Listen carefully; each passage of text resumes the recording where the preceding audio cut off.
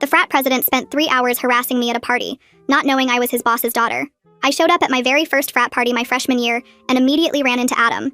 To everyone else there, Adam was the frat president. But I knew him as the unpaid intern who'd been fetching coffee for my dad for the past 3 months, desperate to score his dream job at my dad's firm. I recognized him, but it became immediately clear that he did not remember me. "Well, hello," Adam said, looking me up and down with a smile that probably worked on most freshmen. "I'm Adam, president here. You're definitely new. I'd remember a face like yours." He stepped closer, blocking my path to the main room. "Let me get you a drink, give you the VIP tour." Not everyone gets personal attention from the president. When I politely declined and tried to move past him, his smile faltered. "Really? You're turning me down? Do you know who I am on this campus?" I escaped to the kitchen where some girls from my dorm were mixing drinks. 10 minutes late, Adam appeared again, this time less friendly. "You know, I don't usually give second chances, but I'll make an exception. You're new, you don't understand how things work here." He wedged himself between me and my friends. "These parties happen because of me. The least you could do is be friendly." When I said I was fine with my friends, he laughed. "These aren't your friends. They're just being nice because you're pathetic and they feel bad for you."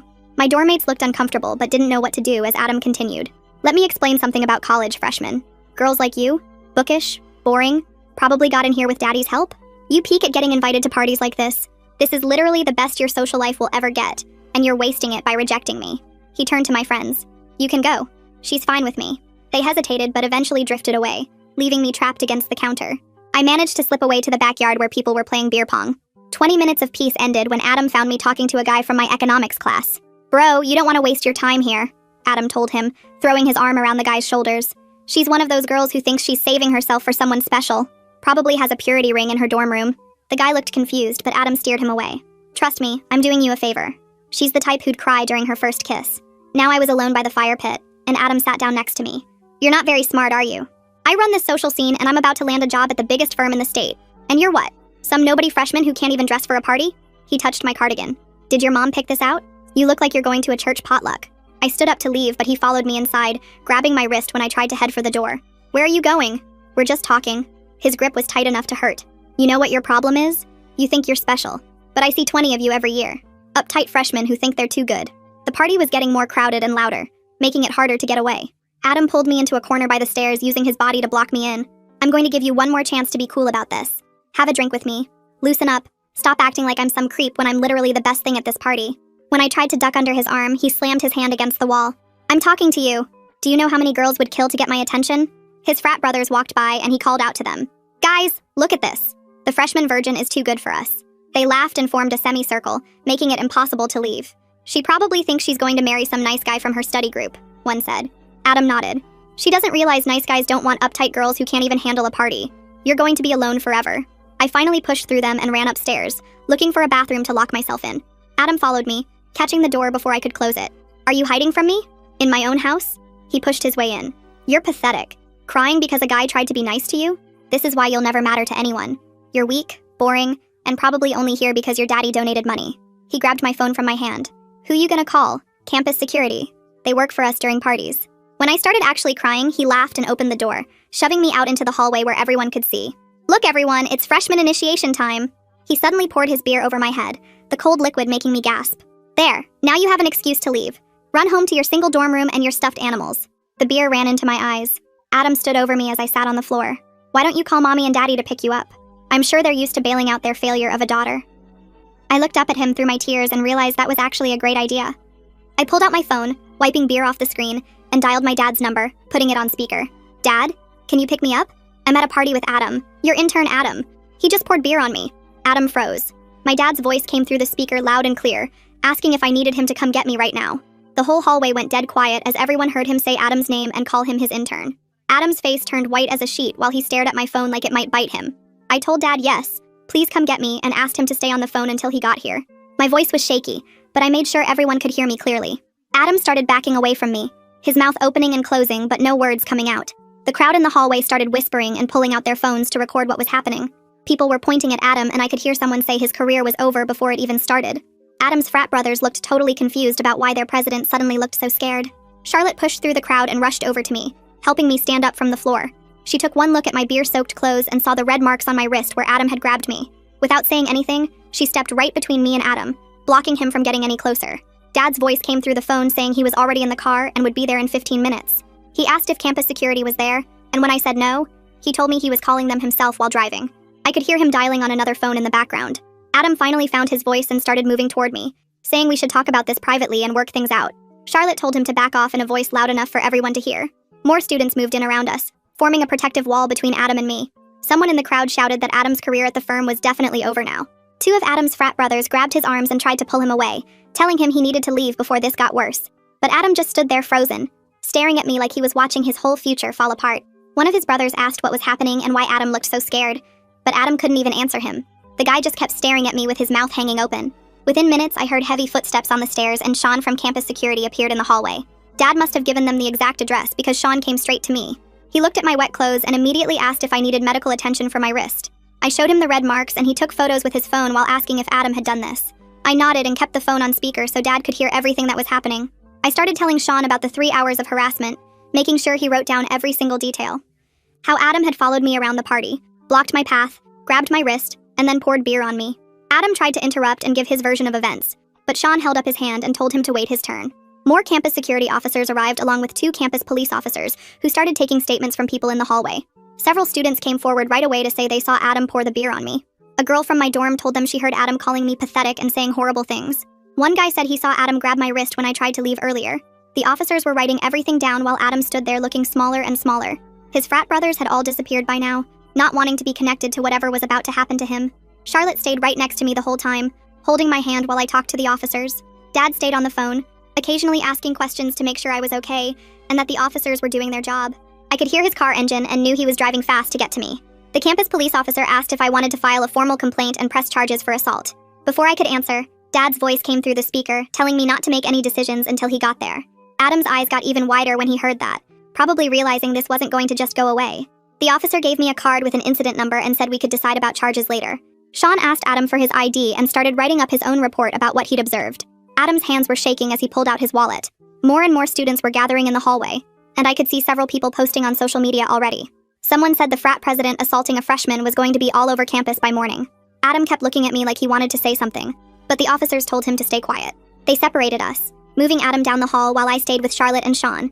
I could still feel the beer dripping from my hair, and my wrist was starting to throb where he'd grabbed it. Charlotte found some paper towels from the bathroom and helped me clean my face while we waited for Dad. The whole hallway smelled like beer, and I just wanted to get out of there and take a shower. Finally, I heard Dad's voice in person as he came up the stairs, and I'd never been so happy to see him. Dad's face was a kind of mad I'd never seen before, his jaw tight as he took in my beer-soaked hair and the way I was sitting on the floor. He helped me stand up and checked my wrist where Adam had grabbed me, the skin already turning purple. The campus police officers were asking everyone to stay put while they took statements, and Dad told them in this calm but scary voice that he was Adam's employer at his law firm. Adam's whole body went stiff when Dad said that Adam's internship was terminated immediately. No discussion needed. The color drained from Adam's face and he started babbling about how this was all a big misunderstanding, how he didn't know who I was, how he was just joking around. Dad turned to him and said harassment was wrong no matter who the victim was, and the fact that Adam thought it would have been okay if I wasn't his daughter made it worse. The officers started taking photos of my bruised wrist and my beer-soaked clothes, asking if I wanted to press charges for assault.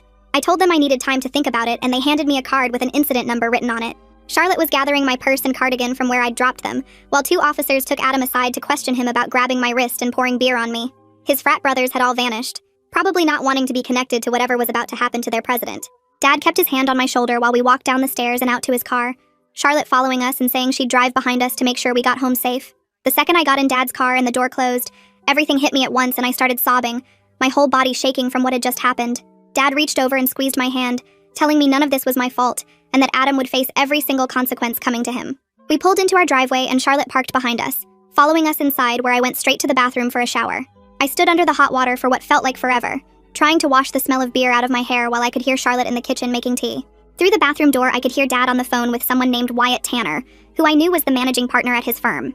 Dad was explaining what had happened at the party and formally requesting that Adam's internship be terminated immediately with no chance of future employment. After my shower, I put on pajamas and found Charlotte waiting in my room with the tea and some cookies she'd found in the pantry. She stayed the night and we spent hours documenting everything, taking more photos of my wrist, which was now dark purple, saving all the texts I'd sent her during the party when I was trying to get away from Adam. We wrote down a timeline of everything that had happened, from when Adam first approached me to when Dad arrived. Charlotte mentioned she knew at least 2 other girls who Adam had cornered at parties, girls who might be willing to talk about their experiences too. The next morning, I woke up to my phone buzzing with dozens of messages from people who were at the party. Some were asking if I was okay, others just wanted details about what happened, and a few were angry that the frat might get in trouble because of me. Charlotte helped me delete most of them without reading, only responding to my actual friends who were genuinely worried about me. Dad had taken the day off work and was in the kitchen making pancakes when we came downstairs, acting like this was totally normal even though he never cooked. While we ate, he explained my options in this really calm way, saying I could press criminal charges, file a complaint with the university, or do both. He kept saying it was completely my choice and he'd support whatever I decided, but I could tell he wanted Adam to face real consequences. The phone rang while we were cleaning up, and it was Wyatt Tanner calling to confirm that Adam's internship had been terminated that morning. He also mentioned that Adam had already been on thin ice because several female staff members had complained about him making them uncomfortable, asking for their numbers and standing too close during meetings. Wyatt said Adam was now banned from the firm's property, and his keycard had been deactivated, and if he tried to come to the building, security would remove him. Dad thanked him and hung up, then looked at me and asked what I wanted to do next. 3 days later, I told Dad I wanted to report everything to the university, and he drove Charlotte and me to campus for the Title IX appointment he'd already scheduled. The office was in the admin building's 3rd floor, and Layla Garcia was waiting with a stack of forms and pamphlets spread across her desk. She had me go through everything that happened at the party while she typed notes on her computer, asking specific questions about times and witnesses and whether I had any evidence. Charlotte showed her the texts I'd sent during the party, and the photos of my bruised wrist, and Layla printed everything for the file. She explained how the investigation would work, that they'd interview Adam and any witnesses we could name, and that the process usually took about 60 days but could be longer. She handed me a no-contact order that she'd already filled out, saying Adam couldn't approach me anywhere on campus, couldn't text or call or email me, and if he violated it, he'd face immediate suspension. The order went into effect that day, and campus security would be notified within the hour. We spent 2 hours in her office going through my rights as a complainant, the possible outcomes ranging from warnings to expulsion, and how I could have a support person at any meetings. By the time we left, I had a folder full of resources and Layla's direct number programmed in my phone. Word spread across campus faster than I expected, and by Monday morning, everyone seemed to know what had happened at the party. Walking into the dining hall for breakfast, I could feel people staring and heard whispers following me to the cereal station. Charlotte stayed right next to me, shooting looks at anyone who stared too long, and we found a corner table where we could eat without feeling like we were on display. Some people I'd never talked to before came up to say they were sorry about what happened, while others just pointed and whispered to their friends. In my psych lecture that afternoon, people kept turning around to look at me, and the professor had to ask everyone to face forward twice. Between classes, I got an email notification from an address I didn't recognize, and Dad called me immediately to say Adam's lawyer had sent something, but our lawyer would handle it so I didn't need to read it. He said it was Adam trying to apologize and asking me not to pursue charges because it would ruin his future, which Dad called manipulative garbage that we'd add to our evidence file. The lawyer had already drafted a cease and desist response reminding Adam about the no-contact order. That same week, 3 different girls messaged me on Instagram saying they'd had similar experiences with Adam at other parties. One sophomore described how he'd cornered her in the basement during homecoming weekend. Another freshman said he'd grabbed her at a mixer and wouldn't let go until her boyfriend showed up, and a junior told me about Adam following her to her car after she rejected him at a party last year. We met at the campus coffee shop, and they agreed to talk to Layla together, so I set up another appointment and we all went to the Title IX office. Layla took each of their statements separately, while the rest of us waited in the lobby, and when she came out after the last interview, she said this established a clear pattern of predatory behavior that would strengthen the investigation. The frat got pulled into an emergency review by Greek Life 2 days after the other girls came forward, and they had to suspend all social events while the investigation was happening. This made a lot of the brothers angry, and some of them started posting on social media about how one person was ruining their whole semester, though they didn't use my name directly. Charlotte screenshot everything before they could delete it, adding it to our growing evidence folder. I started having nightmares about the party and couldn't focus during lectures, so Charlotte walked me to the counseling center and waited while I had my first appointment with Gabriela Diaz. Gabriela had me describe what happened and then explained that freezing when Adam grabbed me was a completely normal trauma response, that my brain was trying to protect me by shutting down instead of fighting. She taught me some breathing exercises for when I felt anxious, and scheduled me for weekly sessions to work through everything. 2 weeks after I filed the report, Layla called to say the panel had reached a decision after reviewing all the evidence and witness statements. Adam was found responsible for assault, harassment, and creating a hostile environment, and the panel voted to suspend him for 2 years, with a permanent ban from campus property. The decision would be on his transcript if he tried to transfer, and he had 10 days to appeal. His parents hired some expensive lawyer from the city to fight the suspension, but Layla said with 4 victims giving consistent statements and multiple witnesses from the party, the appeal probably wouldn't change anything. The lawyer apparently told Adam's parents to accept the punishment and focus on damage control instead of making things worse with a long appeal. My professors had been notified about the situation through the Dean of Students' office, and worked with me on extensions for papers and moving my economics discussion section to a different time, so I wouldn't have to see Adam's empty seat 3 times a week. 3 days later, the district attorney's office called my cell while I was eating lunch with Charlotte in the dining hall. The prosecutor said they'd reviewed the police report and witness statements and wanted to meet about pressing assault and battery charges against Adam. I set up an appointment for the next afternoon and brought Dad and Gabriela with me to the courthouse downtown. The prosecutor laid out photos of my bruised wrist on her desk and explained that with multiple witnesses and the beer assault on video from someone's phone, they had a strong case. She said Adam could face up to a year in jail if convicted, but would probably get probation as a first offense. I signed the paperwork to move forward with charges while Dad squeezed my shoulder. Meanwhile, Charlotte had been busy organizing what she called my protection squad, recruiting 8 girls from our dorm who started walking with me to every class.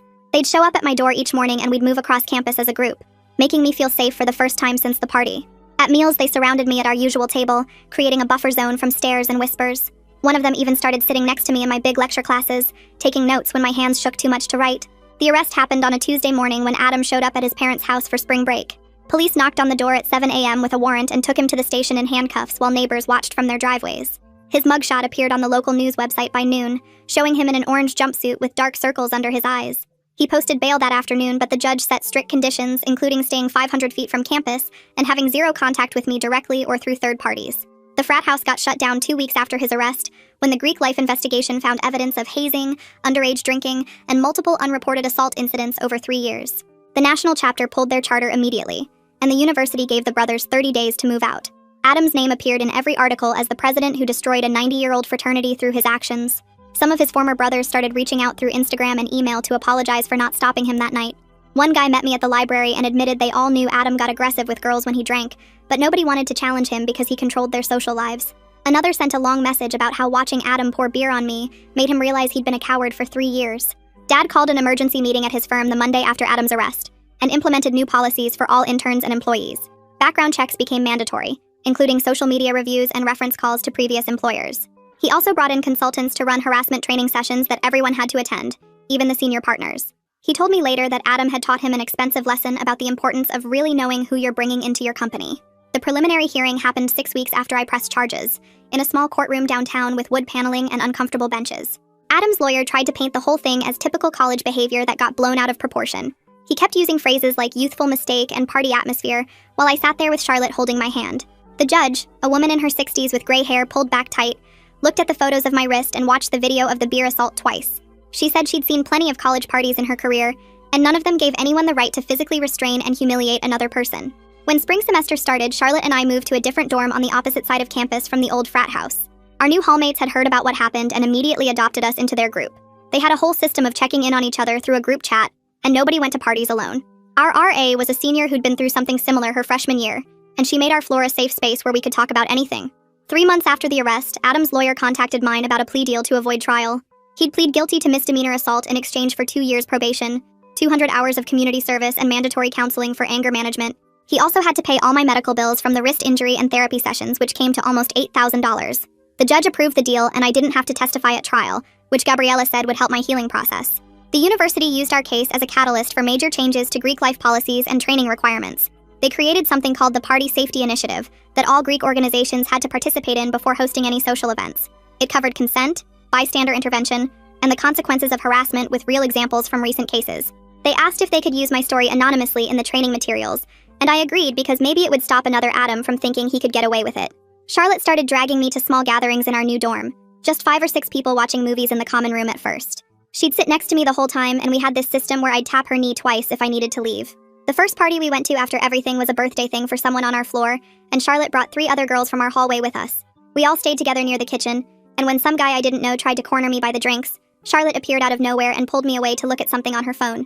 Our whole friend group had code words now. Like if anyone texted pizza in the group chat, it meant come get me immediately. I went to therapy every Tuesday at the campus health center, and Gabriella had this way of making me talk through everything without feeling like I was analyzed. 6 months after the party, I could finally sleep through the night without waking up in a panic. Gabriella showed me my intake forms from when I first started, and the difference was shocking. All those symptoms I'd marked as severe were now mild or gone completely. She said speaking up about what happened had helped more than years of therapy might have otherwise, because I'd taken back control. I found out about Adam through the campus rumor mill when someone mentioned seeing his name on a transfer request at the registrar's office. Charlotte's friend who worked in admissions said he'd applied to 3 other schools in state, but they'd all rejected him after checking his disciplinary record. His LinkedIn disappeared one day, and this guy from his old frat told me at the coffee shop that Adam was working at some electronics store near his parents' house. The same guy said Adam had tried to finish his degree online through some sketchy program that barely counted as accredited. Dad started calling me every Sunday night to check in. Real conversations, not just the quick house school talks we used to have. He'd ask about my classes and friends, but also about how I was handling everything, if I felt safe on campus, if I needed anything. He came to visit more often too, taking me and Charlotte out to dinner and always making sure I knew he was proud of how I'd handled everything. When he saw guys looking at me the wrong way at restaurants, he'd get this protective look, but he never said anything unless I brought it up first. The university gave Charlotte some award at the end-of-year ceremony for being an outstanding bystander and advocate. She had to go up on stage in front of everyone, and the dean talked about how her actions had made a real difference in a serious situation. Charlotte just laughed about it later and said she was just being a decent human. But I knew how much she'd done for me those months. I switched my major to pre-law after sitting in on one of Layla's presentations about victim advocacy and realizing that's what I wanted to do with my life. My grades went from barely passing to dean's list because I actually cared about what I was studying now.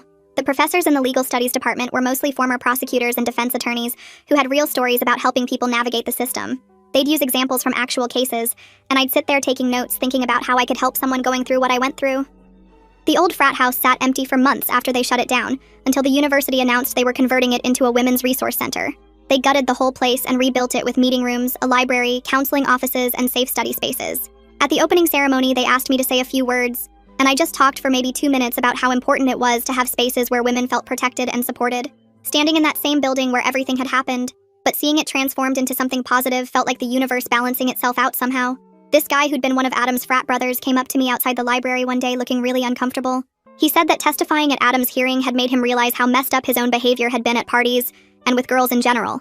He'd started going to counseling and was volunteering with the campus prevention program, teaching other guys about consent and respect. He thanked me for speaking up because it had opened his eyes to things he'd been ignoring or participating in without thinking.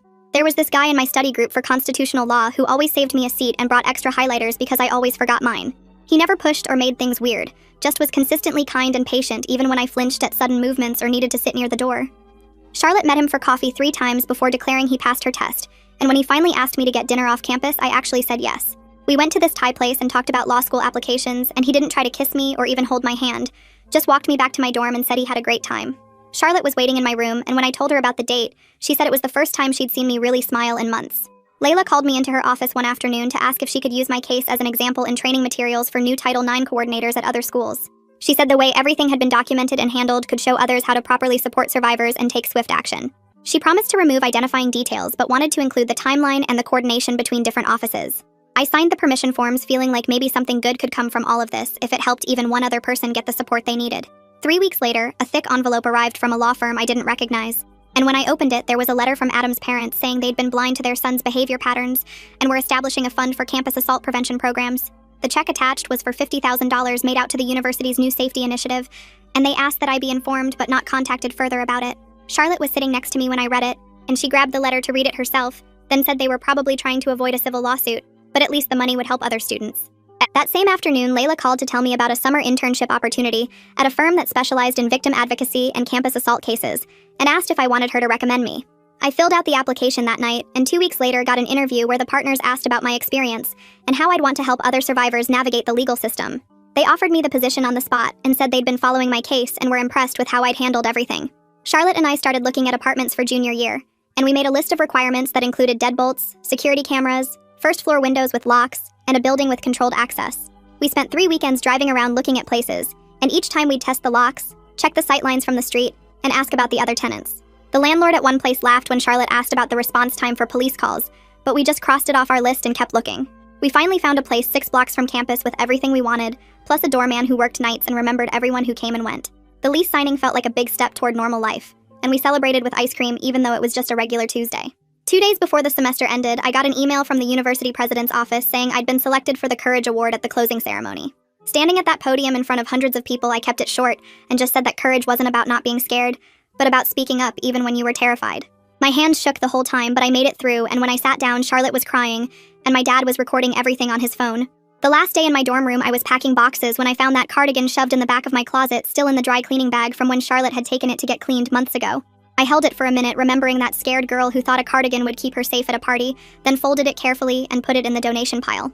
Charlotte helped me carry the boxes down to my dad's car, and as we loaded everything, I looked back at the dorm where everything had started and felt ready to move forward. The donation center was on our way home, and when I handed over the bag with the cardigan, the volunteer smiled and said it would make someone very happy. Thanks for sticking with me through all my questions and wonderings. It's always so interesting exploring this stuff together. Until we meet again, take care. Subscribe for more content like this.